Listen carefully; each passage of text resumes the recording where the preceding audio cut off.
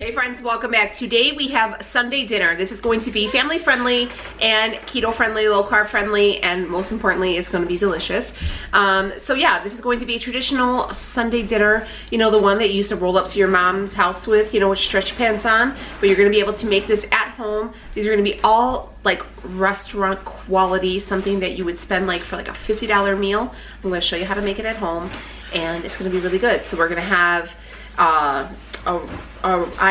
what's it called, babe?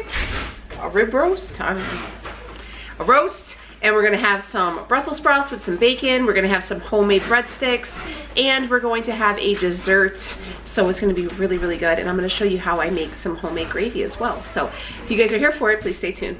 So we are going to start preparing our roast. This is a, what I keep calling it? A prime rib roast, right? No. A bone-in ribeye. Just read the label. Beef rib roast bone-in. That's what it is. So it's usually $12.49 a pound, but it was on sale for $5.99. So, yeah. So this is what we're gonna have. Leo's going ahead. Oh,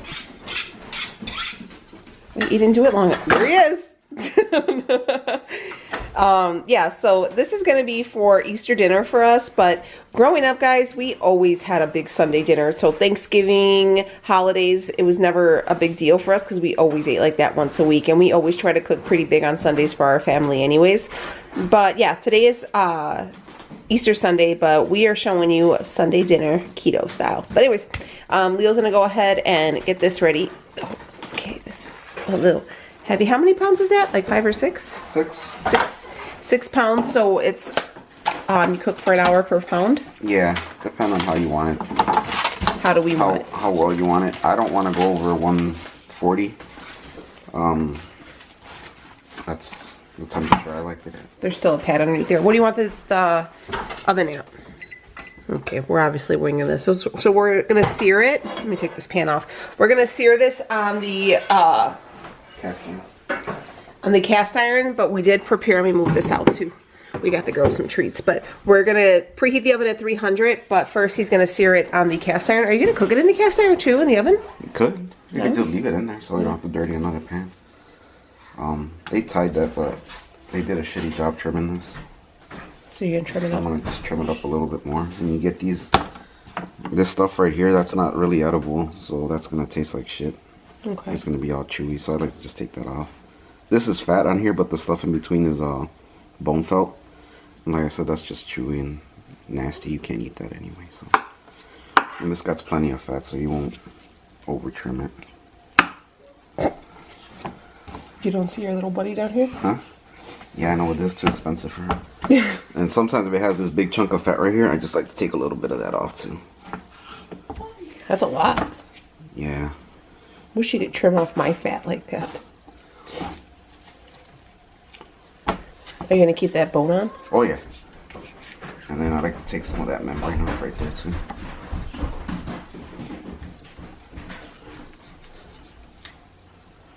There you go. Then they cut the bone off already, so we put like some garlic or something in here. Oh, okay.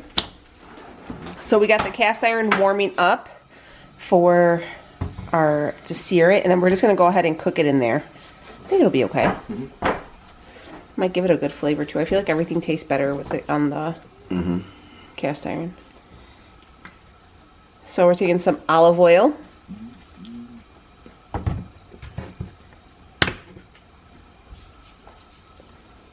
And we're going to give it a nice crust. Show them the seasoning you're using. Gibson seasoning salt. That stuff's really good, guys. And if you can't find this one, you could use pretty much any rub or seasoning that you prefer.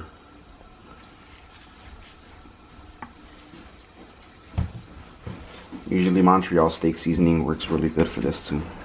People have been asking about you. How come you haven't been in any videos? Tell them why you don't want to be in the videos. Because I don't feel pretty right now because my hair's not cut. He won't let me trim it either. People have been working. Yes, my baby is an essential worker. We should thank all the essential workers, huh, babe? They should be nicer at least. I don't give a shit if they thank me or not. Just don't be an asshole when you go shopping. No, I mean all the other essential workers too. Absolutely, absolutely. We got lots of essentials in our family. Yeah, we do. So. A lot of healthcare workers, law enforcement, fire department, retail. We got them all in our family, so. Not even people don't even think of the mechanics and everything too. Yeah, the mechanics. Somebody's got to keep them trucks running. Yep. This is a different Easter for us, huh? Mm-hmm. It'll be good though. The girls already got their baskets and had an egg hunt, so they're good. Don't be worried about over seasoning. This is a pretty big ass piece of meat, so it's kind of hard to over season something like this, because once you get the slices and stuff, the seasoning's not going to be in there, so you're kind of depending on the crust and the outside of it. It's where all the salt and seasoning. So and if you wanted more, you could always add a little more after you slice it, so it's not a big deal. Okay. All right, so we got the pan nice and hot, and we're gonna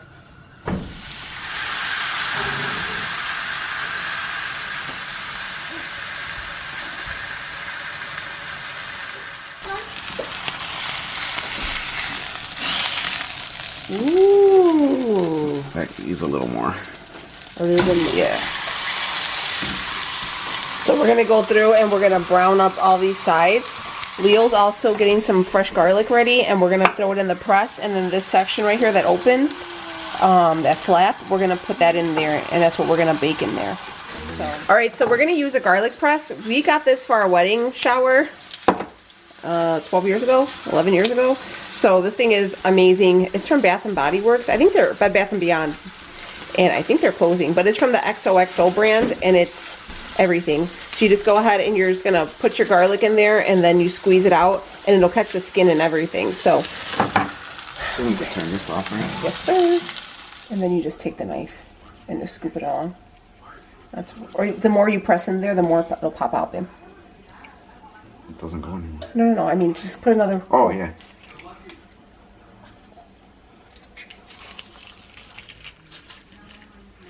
And just keep adding cloves. That thing kind of does suck to clean, though. I will say that, but it works. If you clean it out right away, it's not that hard. Make a nice little paste out of it. Ooh. It looks good, no? Yeah, it does. Add a little more seasoning. Just cover that up. Ooh. And then do we cover it, or you just No, slow? we're going to leave it just like that. Nice Low and slow? So it doesn't get tough, right? Yeah.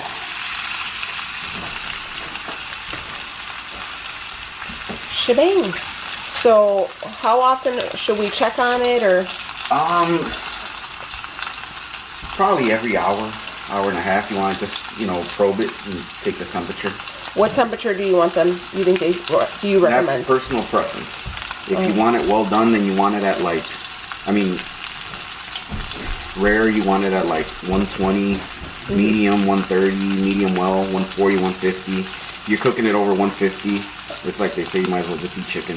Yeah, it's too expensive of a cut of meat to dry it out. If you go over 150, 160, you just dry it out. Yeah. So what do you recommend? What's your preference? 140. 140 max. But don't forget too, even if you take it out, I have read somewhere that you should take it out at 130. You should pull it out at about 130, 135, because it'll keep cooking. And then we got it in the cast iron. Yeah, and then you let it absorb the juices. So, but that's going to be a few hours. So into the oven it's going to go, and we'll check on it later. All right, I want to show you guys. I just took this out. It's been cooking now for about 3 hours, and it's about 130 degrees. It's looking real nice, real nice. So we're going to go ahead and probably stick this in the oven for another 45 minutes, and then we'll check it out. Okay, so here is our roast. I don't know why it's doing that. Leo's gonna cut it up, but it looks so good.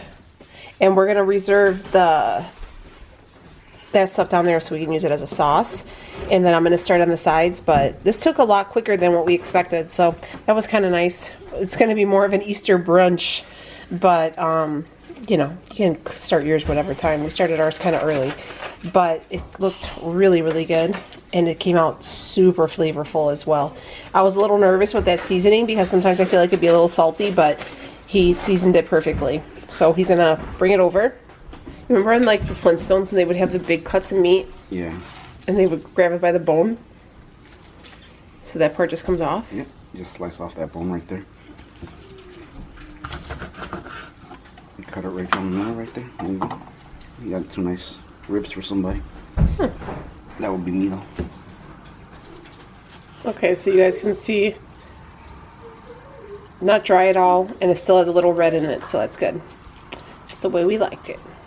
So you can see it's still a little pink. You don't want it to be cooked all the way, like, because then it's gonna be dry. So, but you could tell, ooh, it looks so good. Well done, babe, well done. Okay. Here are the Brussels sprouts. You can tell these are huge. I'm gonna go ahead and start cutting these all up and get these ready, and we're gonna fry these up with some bacon and some butter and make these real nice and crispy and get them ready for our side. And I'm gonna top them with some fresh parm, not fresh parm, it's just regular parm in a can because we're out, but use what you got, use what you can get a hold of. That's pretty much it, but we're gonna have some Brussels with some pecan. But yeah, so we're just gonna take these Brussels and I'm going to just cut them in thirds. I'm gonna actually take the little knot off the bottom though. Can I actually have that metal? I'm just gonna store them in a metal bowl and I'm gonna go through and cut these all up. So again, I'm taking off the little knob at the end.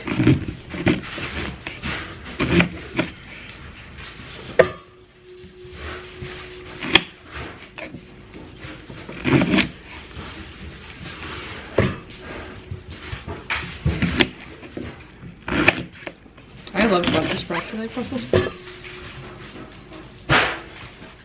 All right, next up is going to be some bacon. I'm gonna take probably like 7 slices of this bacon. This is just the Costco bacon, and I'm going to dice that up, and this is gonna go, we're gonna cook these in a wok because I wanna cook them for a long time, and this needs to be, because we got a pretty big bowl full of the Brussels, so I needed to cook them for a while. So while those are cooking, we will start on our dough. So yeah, got the bacon on my little ass cutting board. And then just cutting it into big slices because it's going to shrink too, remember. And we're going to have the bacon grease. We're going to leave that in there and that'll add some flavor. It's going to be a nice side for the meat. All right, so right here I have my wok. This is just the IKEA wok. Love this thing. If you guys ever get out to IKEA again, be sure to check it out. So I'm going to go ahead and just toss in my bacon. And I'm going to let that cook up for a little bit. So this is gonna cook maybe, 5 or 6 minutes until we really get a nice pool of grease and the bacon starts to crisp up, and then we will drop in our cut up Brussels sprouts. These are gonna take probably about 20 minutes or so, maybe close to half an hour, because I like for my Brussels sprouts to be like real soggy. But if you like them to be still on the raw side, then you would obviously just go ahead and take your temperature or take your time of cooking into consideration. So yeah, we're gonna cook those up and we'll be right back. All right, so you can see there is a nice little pool of grease here. And the reason why I chose this one is because it's nice and deep. Just gonna dump those in and we're just gonna toss them. So you can see we can get the bacon all mixed up in there.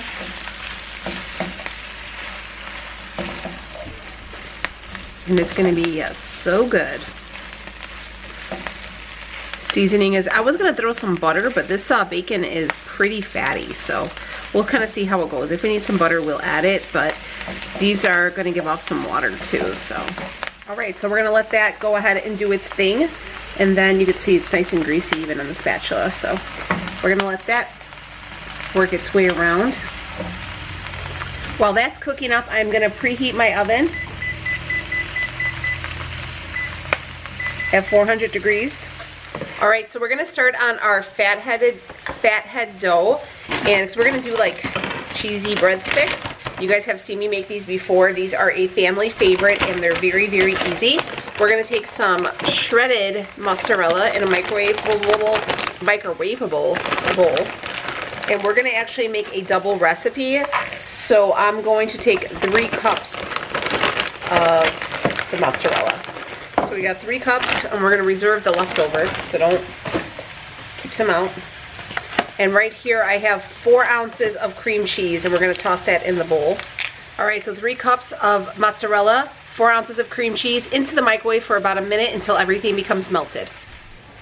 All right, so now we're just going to add in. We're just mixing it up.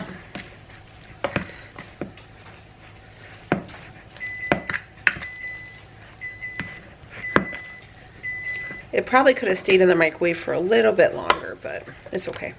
All right, we're gonna take 1/2 cup of almond flour, and we're gonna add 2 eggs, but I'm going to whip them up before we use them. 1, 2, just whipping them up, and I'm gonna add them to our mix. All right, so there's our dough. All right, so I got a baking sheet lined with parchment paper. I'm gonna wet my hands. Make sure your hands are always nice and wet, okay, when handling fathead dough, because it's super sticky. Okay. Make sure we scrape the bowl, get everything. Again, this is a double recipe, so you're gonna want to keep your hands nice and wet and start spreading it out. So I'm gonna go through with some garlic and Italian seasoning, because we're gonna do these more of an Italian breadstick. Okay. This is gonna bake in the oven first. We're gonna let it rise, and then we'll add, we're gonna go through with a fork, and we're going to just pop holes in it just so it could rise nicely for us. This is super simple, and it's like a huge hit. Even like my mom and my sister who don't eat keto are like, hey, can you make that cheesy bread? It's that good. Even my mother-in-law too, she really likes it. And it's so simple.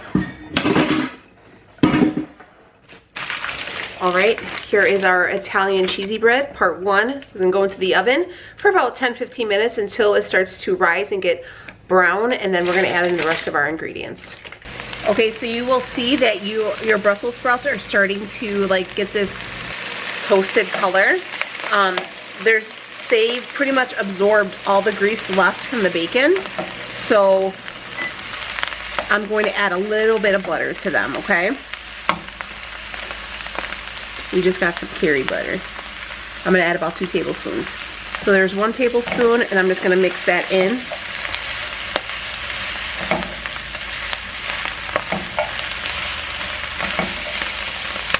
There goes that other one.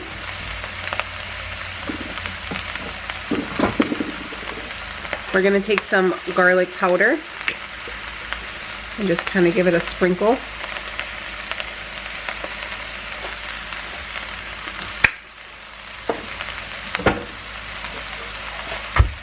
And we got some fresh black pepper. We're gonna crack that in there.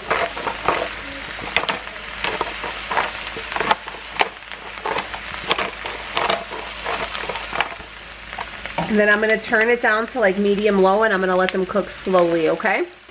Okay, so you could tell that these are starting to really shrink down, and they smell really good. I'm gonna add some salt, just because I didn't add any earlier, because I didn't know how salty the bacon was gonna be. So we're just gonna add some sea salt. I just got my hand, some sea salt.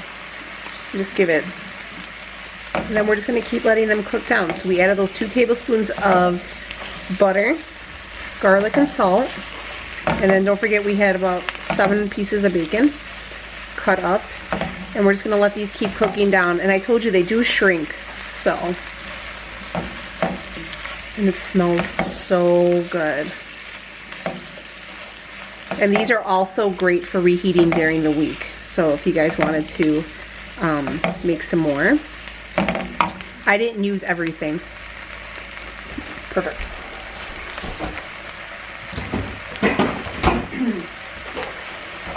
And the last thing we're gonna add is some of this Parmesan.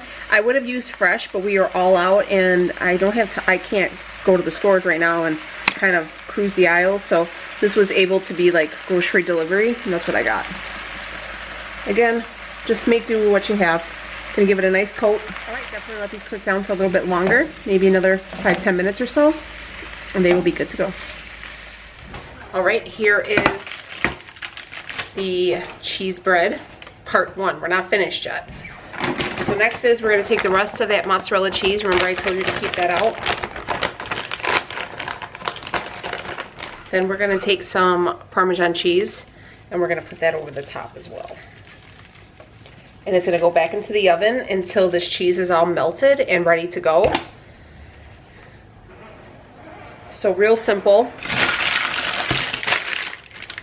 Here is how it looks. Into the oven for probably another 10-15 minutes or so. Next thing we're gonna start is our dessert. These are just some fresh strawberries. These are what we got. It would be even better if you can have like an assortment, blackberries, blueberries, raspberries, but we're just going to use these strawberries. I'm going to just give them one more rinse. I rinse them right when they come home, but I'm gonna rinse them one more time and we're gonna slice these up and throw them in a bowl because these are gonna be part of our, we're gonna do like a strawberries with some fresh Cool Whip for like a light dessert afterwards. Okay, so we're gonna take our strawberries and we're going to just cut them in slices. I'm just gonna put them in this bowl. I try to reserve as much of the actual berry.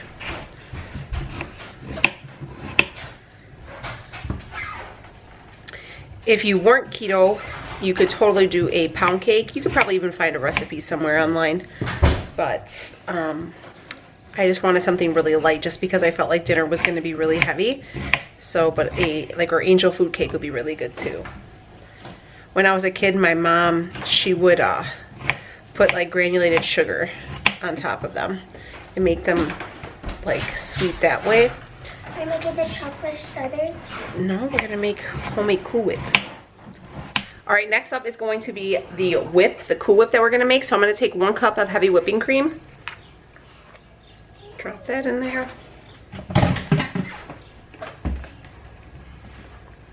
We're gonna take some Swerve confectioner sugar. If you just had regular granulated sugar, you could just process that up, like food process it, and it would turn into a powder. We're gonna toss that in there. And then we're gonna take a dash of vanilla. I just like the way the vanilla acts in there. And then we're gonna take a hand mixer or stand mixer, whatever you got, and we're going to whip it up. All right, so you can hopefully see. And then it's just normal Cool Whip. So we're gonna put this in the fridge and let it cool. And our dessert is already prepped for after dinner. Okay, so here is the bread. It's nice and crispy. If you wanted to make some like dipping sauce, this would be great too, kind of like a cheesy pizza bread. That's kind of what my idea was. But look at how nice and browned and crispy it is. What I'm going to do is I'm gonna find the pizza cutter and I'm just going to try to cut in a straight line. And we're gonna do just breadsticks. So there is what the crust looks like. Benny. So that's the crust. And it's nice and flaky. See, it's nice and flaky and brown. And it is so good. So, breadsticks are ready to go. Let's just work on our gravy and we are almost there. All right, so back at our cast iron, this is all the previous remains of the roast. So we're just gonna start heating it up. And I'm going to just use this whisk and make sure I get everything off the bottom so we can get all the flavor. My mom used to do this when she would make her like roast and stuff like that. She would drain all the juice from the pan and put it in a saucepan, and then she would add a little bit of flour to thicken it. But instead of using flour, we're gonna use this baking binder. This is the brand I use, not xanthan, not guar. It's a baking binder. I get mine at Whole Foods. So I'm gonna let this warm up, and I want it to come to like a low simmer before I start adding anything to it. But our dinner is almost done. This is the last thing we have to do, and then we can start plating everything up. To a low simmer. I'm gonna take about a teaspoon of this and add that in, and then kind of see how it goes, and if I need more then I'll add more. But I'm just slowly adding it because I don't want it to be too thick, because this stuff can really get away from you, so be mindful. Oh, well, that was a fail. Well, we don't edit anything out. We keep it real. Okay, so you guys just seen, most people probably would have edited this part out, but I just thought maybe I could add the baking binder to it to thicken it, and it didn't work. So that was a fail. But we keep it real around here, and you know, I tried and it just didn't work out for us. So we're gonna skip that part. But dinner's ready. So I'm gonna go ahead, I'm gonna just kind of show you guys everything we have, a quick look over, and we're gonna plate up everything. So right here we have that rib roast. We cooked that for about 4.5 hours. It looks delicious. Right here we have the failed gravy that we're not gonna talk about. And then we got our Brussels sprouts with the bacon and the Parmesan cheese. Those are ready to go, looking so good and smelling even better. And we have our cheesy breadsticks to go on the side. And we'll talk about dessert when we're done. But yeah, so let's go ahead and plate this up and be right back. Here's my plate.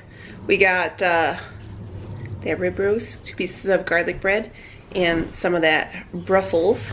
So you can see it's still nice and juicy. Has lots of good fat on there too, so this is super duper keto. And then we got our broccoli, so we're not skipping our veggies. And then we also got that bacon, a little bit of butter, and that Parmesan cheese. And then our fathead dough, cheesy breadsticks. Perfection. All right, so now we're going to get our dessert. So we have our bowl of fresh strawberries. Again, if you can get a selection of berries, that would be even better. You didn't have to make, if you have frozen ones, you could defrost them. That would be great too. I just figure after like a heavy meal, like a heavy protein meal like that, you would want something light. So that's why I opted just for some berries and fresh homemade Cool Whip. Let's see, it's this mighty pale out here. So we're just gonna take a dollop of that and dollop that on there. And here is our dessert. All right, friends, I'm gonna go ahead and wrap up today's video. I hope you guys liked it. I hope you guys found some dinner inspiration for it and maybe a family meal to make for your family. As always, guys, thank you so much for being here. Please be safe out there, wash your hands, be healthy, and thank you for everybody out there who is working so hard to keep this country going. We appreciate everything you do. And yeah, please make sure you subscribe, turn notification bells on, hit thumbs up, all the things, and I will see y'all in the next one. Take it easy, friends.